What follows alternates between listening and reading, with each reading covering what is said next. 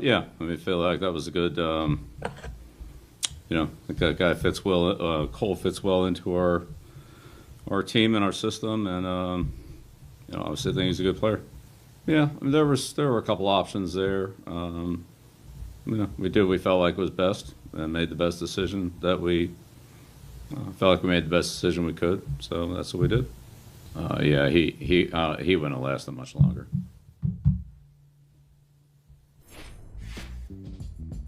All right, Professor, I know you are in the business of grading. Whose draft class did you like now that the weekend is in the books? Yeah. Oh, man. Well, I'll tell you what I didn't like. Rewrite. Let's just rewrite. Send that back. Let's workshop this some more. New England, before you bring this out. That's your plan. They thought it was a mock draft. It was game time, and they acting like this is just a little quiz that doesn't count. So I hated that one. But, it's the usual suspects, man. Like, there were some real professional touches, some master strokes that happened over the weekend. The Baltimore Ravens. Woo! Baltimore Ravens just really understand what they're doing with the draft. So I love what the Ravens did. I know a lot of people, and for obvious reasons, I know we're on the same page here. I know a lot of people don't agree with this. I actually like what the Steelers did. The Steelers just outsmarted everybody with the Kenny Pickett selection in the first round. Because most of the time during the draft process, you're just scraping for any kind of information that you get. You're trying to talk to a number of sources. You're trying to find out information about who this guy is. And the Pittsburgh Steelers have seen the evolution of Kenny Pickett at Pitt for the last 3 years. He's been in their facility. So they've seen him at his best. They've seen him at his worst. They know his personality. They had their top 30 visits in the combine and their hand measurements. Supposedly he has small hands and all that stuff. They've seen him in games, and they know how he responds in every situation. So if the Steelers drafted Kenny Pickett, it wasn't based on just 3 months or 6 months of information. It really was several years of information they have on Kenny Pickett. I thought that was really well done, and I thought they are great. They're a great franchise when it comes to drafting wide receivers. Getting George Pickens in the second round and not having to move up for him, just waiting on George Pickens, good. And Austin III is another really good pick. So 2 wide receivers for a franchise that picks wide receivers well. And I think they got a quarterback who I won't be surprised if he plays this year. So and the final thing is, and this is not necessarily draft related, Mike, even though I do like what the Saints did on their draft days, I love who they signed today. Yeah, I love coming for the Honey Badger. That's what a great Honey story, Badger. What a great signing. Honey Badger. Story, great signing, great fit. No, it just goes to show you, like, you really got to look at the offseason through the lens of all 3 phases: free agency, the draft, post-draft free agency. That's a major pickup. So they didn't address safety in the draft, but then they go and get Honey Badger, who's 30 years old, still got a lot of good football left, certainly motivated to play for his hometown team. You're absolutely right. But I'll throw the Saints in this. I'll throw the Saints in this bucket as well. Going back to, your work as a professor at BU, my 1 semester as a professor at Marist College. You got your front row students, the ones that get it, the ones that turn all their work in on time. It's proofread. It's clean. They understood the assignment. And they come set to the office standard. hours. They lead the way. They want extra work. Hours. They want extra work. They lead the way. So it comes to a point where whatever they turn in, your expectation is that it's A work, because they've earned that type of credibility, right? So your A students are year in and year out, test in and test out, even if they don't end up with the highest graded prospects in accordance with the mock drafts. The fact that they're always there at the end, as one famous coach likes to say, suggests that even if on the front end we don't recognize their draft as a good one, it's probably going to turn out that way one way or the other. Oh, and don't forget undrafted free agents. I'm sorry, I left one out. I left a phase out.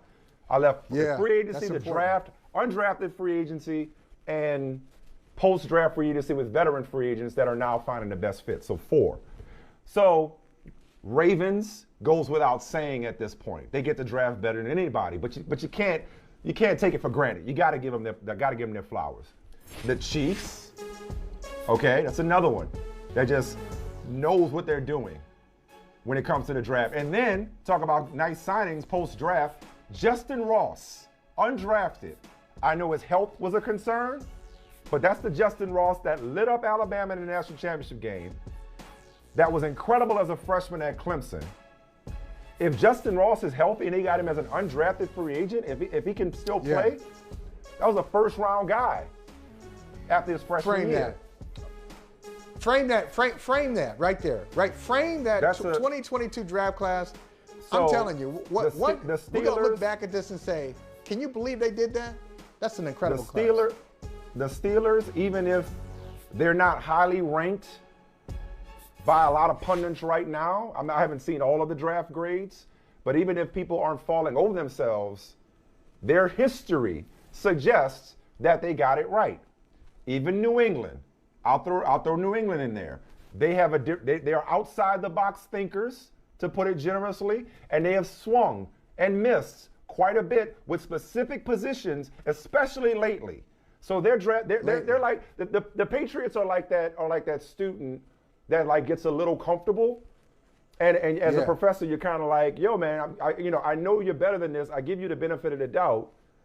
Like what happened to the old student that I got to know and love, right? I still tend to believe that they just going to do what they think is best. Mock drafts and prognostications be damned, but their record lately speaks for itself, and it has been spotty at best. That's putting it kindly. I was going to say, your analogy.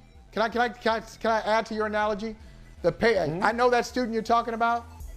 The Patriots have progressed beyond that. The Patriots flunked out because we've been saying that for like 4 years. Like, bruh, I know that some people on the 5-year plan or 6-year plan, you out. Listen, they flunked out. They have had let me keep going with this. Let me keep going with this analogy. I wish I had more hands. Maybe they were copying off Tom Brady's paper for a long time. Okay, it's too soon to say they flunked out. So since Brady left, since their cheat sheet left, they had 179 season with Cam Newton in COVID. Yeah. I know everybody had it. And they made the playoffs with a rookie quarterback last year. So before we say they flunked out, and my point is not necessarily the prospects, it's their development of those prospects and the fact that they're contenders year after year. Last one I'll point out is the Packers. The Packers. Again, maybe Rodgers is their Brady, but they drafted pretty well, if I'm not mistaken, for the most part. And I'm asking for a friend. Is 34th high enough for a wide receiver? Is 34th high enough for a wide receiver? Is that early enough? I know that. I'm just asking. I'm not asking to get it. I'm asking a question. I'm not asking to get it. I'm asking a question. Don't get it. I'm asking it neutrally. Is 34th early enough for a pick? I know it. Because I know that's not the first round. I know there's only 32 picks in the first round. So because he's 34th, does that mean that he's probably not as good? Or he's not going to be as productive? I'm curious. I'm just asking for a friend. There are two different conversations here. And they drafted two receivers, by the way. We'll see. They're rookies, and you don't want to assume that a rookie is just going to step in and dominate as a rookie. That's a lot to ask, but we have seen Christian Watson was a first-round prospect in a lot of people's minds. We have seen rookie receivers in the second round, but rookie receivers in general come in and be productive, if not dominant, early on. Not saying he's going to be Jamar Chase. Not saying he's even going to be Justin Jefferson. That's a high bar. But if this kid is as good as his scouting report suggests, then they got a good one at 34, all jokes aside, all sarcasm aside. But my larger point, Michael, is simply that certain organizations just get the benefit of the doubt. The Saints as well, I thought, did a really good job, a winning organization. So let me go to the opposite extreme note, and I want to shout out the student in the back of the class, historically, that just decides, you know what? I'm gonna put that I want work better in. for myself. Yes, I want better for myself. Yeah, I come from. And we talked. I come from a great background. Come on, why not? Why not? I come from one of the greatest cities in the world. I'm tired of lagging. Or why don't I represent my city? Why don't I represent my boroughs better? Right. It's right? that the Jets are that student that's like, oh, wait a minute. You just been taking it all along. You're actually better than this. You're actually much smarter than this. You just didn't feel like doing the work. Not just this draft. We talked about it after they got those 3 top 10 prospects in the first round, and Sauce Gardner, Garrett Wilson, and Jermaine Johnson the second. But then getting Breece Hall, then getting Jeremy Ruckert in particular. The last 2 drafts, when you combine what they did this weekend with Zach Wilson, I know you still love him, Vera Tucker, Elijah Moore, Michael Carter, both Michael Carters, if you will. It's just, it feels like, I'll just say this, Rick, with what the Dolphins did this offseason, what the Jets have done the last 2 years in the draft, the race for second, third, and fourth in the AFC East is going to be something.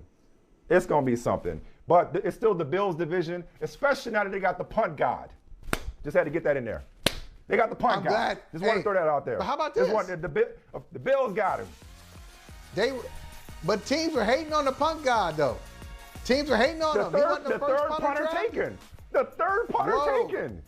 The Ravens like, you know what? That ain't real. I was like, hey, hold on now. They're like, you ain't real. Hold on now. We know what happened the year before. We didn't have a great 2020. You turn around, hey, who was that student you talked about? He had that great 2021, but they're like, is that you? Or is 2020 you? Matt Araiza go punt more in practice than he will in games anyway. So that's just a luxury. On the rare occasions that Buffalo punts.